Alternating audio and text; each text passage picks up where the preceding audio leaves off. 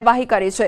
Unhygienic ખાદ્ય પદાર્થોનું વેચાણ કરતા કે ક્વોલિટી મેન્ટેન નહીં કરનારા વિરુદ્ધ કડક પગલાં લેવામાં આવ્યા છે। રાત્રિ દરમિયાન બોડકદેવ વિસ્તારમાં અલગ અલગ 5 ટીમોએ બરફગોળા તેમજ ખાણીપીણી બજારોમાં ચેકિંગ હાથ ધરી ફૂડ સેમ્પલો લીધા હતા। જો કે આ ફૂડ સેમ્પલોને તપાસ માટે લેબોરેટરીમાં મોકલવામાં આવશે, ત્યારબાદ તેનું પરીક્ષણ રિપોર્ટ આધારે વધુ કાર્યવાહી હાથ ધરાશે। બીજી તરફ પાણીપુરી બજારમાં વગર લાયસન્સે વેપાર કરતા અને લોકોના સ્વાસ્થ્ય સાથે ચેડા કરતા વેપારીઓ વિરુદ્ધ સીલિંગ અને દંડનીય કાર્યવાહી કરવામાં આવી હતી।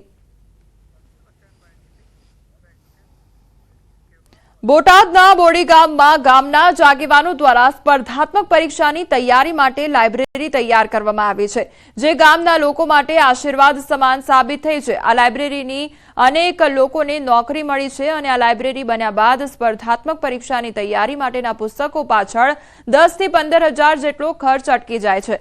6 થી 7,000ની વસ્તી ધરાવતા આ ગામમાં વધુને વધુ લોકો અભ્યાસ બાદ નોકરી મેળવી શકે તેવા સારા વિચાર સાથે ગામના આગેવાનો દ્વારા એક મંડળ બનાવવામાં આવ્યું છે। આ મંડળ દ્વારા લોકફાળો કરી વર્ષ 2013માં ગામમાં જ સ્પર્ધાત્મક પરીક્ષાની તૈયારી તેમજ ઉચ્ચ અભ્યાસ માટેની તૈયારી સાથેના પુસ્તકોની લાઇબ્રેરી બનાવવામાં આવી છે। આ લાઇબ્રેરીમાં 500થી વધુ પુસ્તકો છે। શાંતિપૂર્ણ માહોલમાં વાંચન કરી શકાય તેવું આયોજન મંડળ દ્વારા કરવામાં આવ્યું છે।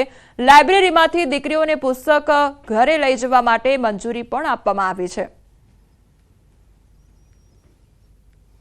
લગભગ ઘણા વિભાગોમાં છોકરાઓ લઈ ગયા છે અને 150 થી 200 છોકરાઓનું ભવિષ્ય સુધર્યું છે લાઇબ્રેરી થકી। નહીં, આ લાઇબ્રેરીમાં વિનામૂલ્યે બધી સુવિધા આપવામાં આવે છે। બિલકુલ કાંઈ નહીં, હાવ વિનામૂલ્યે બહુ સારું બદલાયું।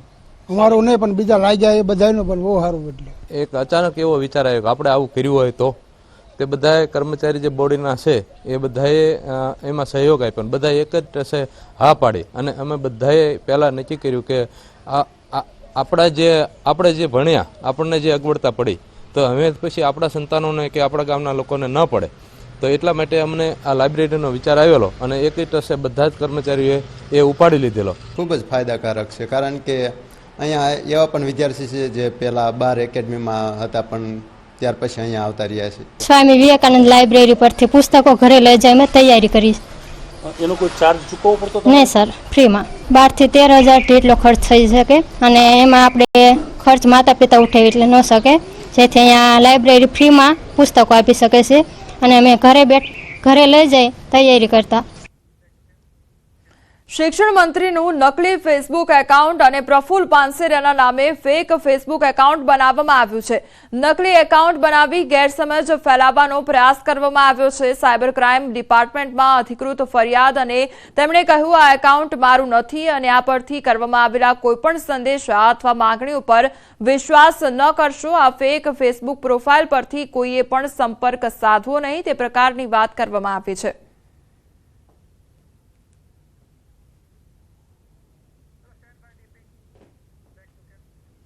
વિધાનસભા ગૃહમાંથી કોંગ્રેસના વિમલ ચુડાસમાને બહાર કાઢવામાં આવ્યા અને પોઈન્ટ ઓફ ઓર્ડર વિના પ્રશ્ન ઉઠાવવા મુદ્દે અધ્યક્ષે તેમને ટોક્યા હતા।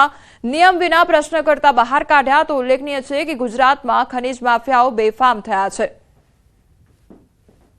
જૂનાગઢ જિલ્લાનું ચોરવાડ શહેર આવેલું છે, ત્યાં પ્રવીણ રાઠોડ ઉર્ફે કેસરી અને લલિત રાઠોડ આ મોટા ખનીજ માફિયાઓ છે। એના સર્વે નંબર લેટરપેડ ઉપર લખેન કે આ સર્વે નંબર ઉપરથી આટલી ખનીજ ચોરી થયેલી છે, આપણી આખી વિધાનસભામાં સમય જાય આટલા મોટા મોટા ખાડા છે એ વાત કરી છે। અને મેં કીધું કે ભાઈ એમાં તાત્કાલિક ધોરણે એમની ત્યાં તપાસ કરવામાં આવે, સર્વે કરવામાં આવે અને એના ખાડા માપવામાં આવે અને ખાડા માપવામાં એને ખનીજ ચોરી કરી હોય તો પકડવાની વાત છે, પણ અધિકારીઓ છે કોઈ જતા જ નથી। ખનીજના અધિકારીઓનું પેટનું પાણી ન લલતું। 200 થી 300 કરોડ રૂપિયા